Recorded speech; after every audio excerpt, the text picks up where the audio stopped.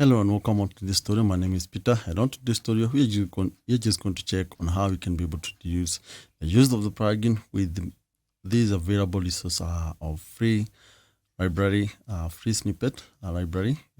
I'm going to share where you can be able to get it. I've been using this plugin called Snippet for most of my tutorials. I've been using the code Snippet plugin. And I came to realize that they are having a big library where they're sharing a code snippet. For some of them are AI verified. You can see the other are not verified, and some of them are public.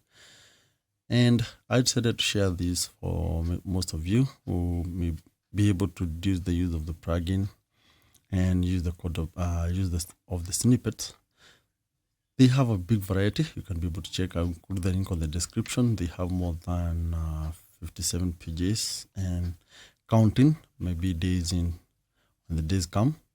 And we are also updating our library. You can also I also include my link on the description. We have been working too hard to just get the code snippet, many of the snippet available in our library. Also, you can just go on and check on them.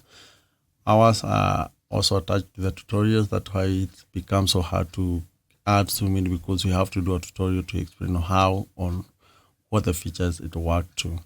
If you want to get more instant news when it comes out, or when we just update a new one, remember to subscribe to our newsletter, our weekly newsletter. Fill in the form. It will be on every page. You can fill in the form. You'll be able to receive the news on your email ASAP. Thank you. Till next time.